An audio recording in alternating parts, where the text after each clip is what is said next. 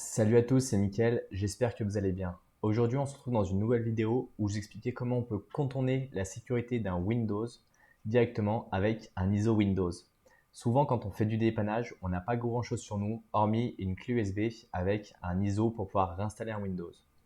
Bien sûr, cette technique, elle marche sur Windows 7, Windows 8, Windows 9, Windows 10, Windows 11. Il n'y a pas de Windows 9, mais c'est pas grave. Elle marche sur toutes les versions Windows. Là, j'avais qu'un Windows 7 sous la main, donc on va faire la démo dessus, mais ça marche exactement pareil pour les autres. Ça marche sous condition que le disque dur ne soit pas chiffré, sinon il bloque l'accès au système de fichiers. Avant de débuter cette vidéo, je vous invite tout de suite à mettre un like et à vous abonner. La première chose à faire, c'est d'aller télécharger déjà un ISO de Windows sur le site officiel de chez Microsoft. C'est gratuit, vous pouvez le faire, au moins vous êtes sûr que c'est sans virus. Ici, vous avez l'utilitaire, vous cliquez dessus, il va vous permettre de télécharger la version pour CD si vous le souhaitez. Nous, on a une VM ici que j'ai appelée formation et donc on va la configurer pour booter sur un ISO comme si on avait une clé USB. On va aller dans stockage, ici on va cliquer sur le petit disque, je vais prendre un Windows 7 parce que là on est sur un Windows 7 et on va cliquer sur OK. On va démarrer la machine comme si on bootait sur une clé USB pour réinstaller en fait le système. Et c'est là où on va pouvoir jouer sur ces différents éléments pour accéder au système de fichiers sans pour autant euh, avoir d'accès. Donc là, on appuie bien sur OK et on voit qu'effectivement, il est en train de charger l'ensemble des fichiers en mémoire. L'avantage, c'est que ça ne laisse pas de traces. On n'est pas là à modifier le système de fichiers, on n'est pas là à faire tout et n'importe quoi. Vous verrez que c'est très transparent. Bien sûr, faites-le uniquement sur un ordinateur qui vous appartient.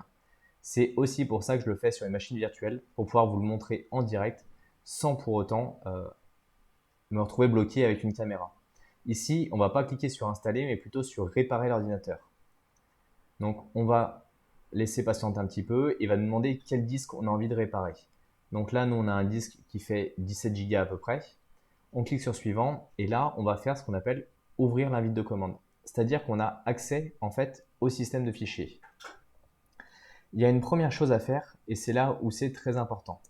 Si vous remontez en fait le dossier, il faut absolument que vous soyez sur le bon système de fichiers.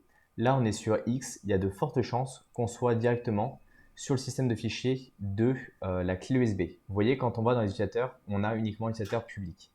C'est-à-dire qu'on n'est pas du tout sur le bon dossier. Donc là, on va essayer de changer de disque et on va regarder si on est le bon. C n'est pas trouvable, D est trouvable. Donc là, on va aller dans les utilisateurs et on va regarder et on a bien un utilisateur qui s'appelle formation. C'est-à-dire que là, on est sur le bon disque. À partir de là, on va pouvoir faire des modifications. L'objectif, ça va être de remplacer un exécutable par un autre. Il y a des exécutables qui sont accessibles avant l'authentification Windows et donc l'idée étant de remplacer un exécutable par un CMD. Parce que lorsque le Windows va se charger, il va charger les droits avec des droits très élevés, beaucoup plus qu'un simple utilisateur quand on est avant l'authentification. Donc maintenant, on va aller directement dans la racine de l'ordinateur et ici, on va aller dans le dossier Windows. Ensuite, on va aller dans le dossier System32. Donc on va faire tourner directement ici. Alors je ne vais pas m'embêter. Alors il faut bien aller dans le System32. Et ici, on a tout un tas de binaires et d'exécutables. Ce qu'on va faire, nous, on va juste l'arrêter.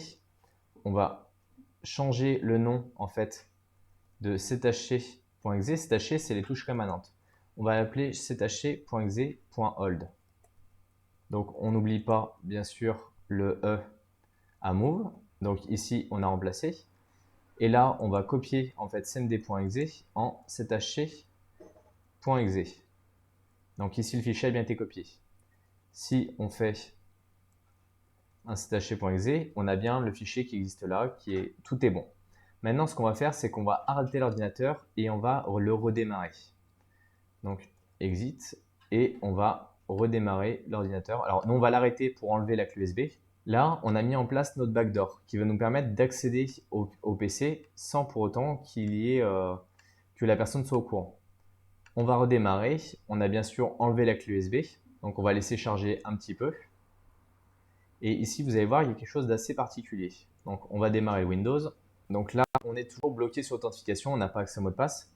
Par contre, on va faire quelque chose qui s'appelle les touches rémanentes.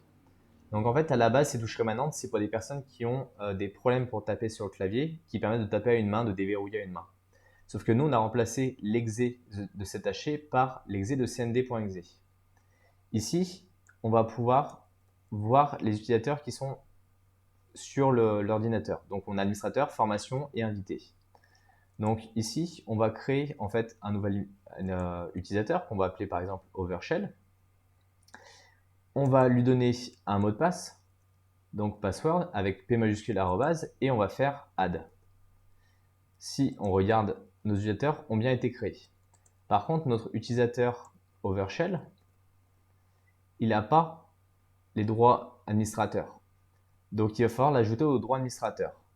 Donc net local group, administrateur avec un S, add.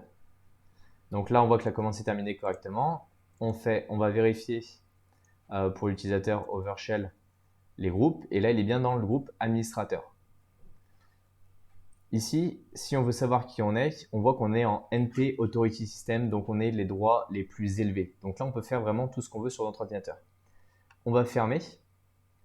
Et ici, on va redémarrer tout simplement. Normalement, vous avez le deuxième compte qui apparaît, mais sur les Windows 7, ça avait vraiment du mal à charger à l'époque. Donc souvent, on redémarrait et ça fonctionnait. Là, on va juste patienter un petit peu et on aura deux utilisateurs. Un formation et notre nouveau Overshell ici avec le mot de passe qu'on a mis tout à l'heure. Donc password avec un P majuscule @sswrd.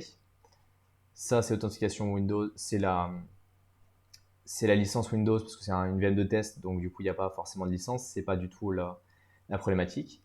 Et donc ici, on va accéder directement à l'ordinateur au système de fichiers en tant qu'administrateur. Hop, on va regarder, on va dans ordinateur, gérer. Ici, on va dans les groupes, le groupe administrateur, et on a bien notre utilisateur Overshell. Donc là, on est bien un administrateur sur la machine. Comment est-ce qu'il est possible d'empêcher ça? Parce que globalement, ici, là, on a une backdoor et n'importe qui vient a accès à cette backdoor.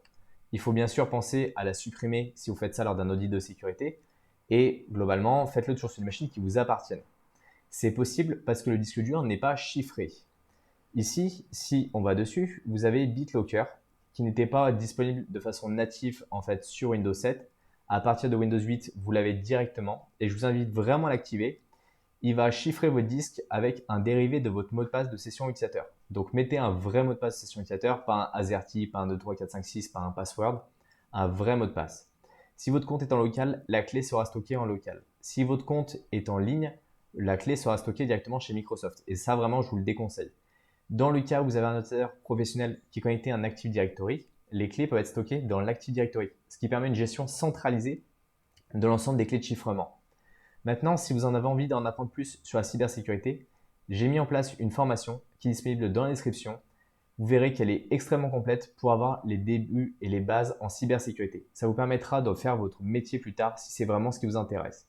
Bien sûr, je vous invite à apprendre le fonctionnement des systèmes en profondeur, des réseaux, des mécaniques de sécurité pour appliquer ces différentes techniques. Là, je vous la montre, ça marche rapidement, ça marche assez bien.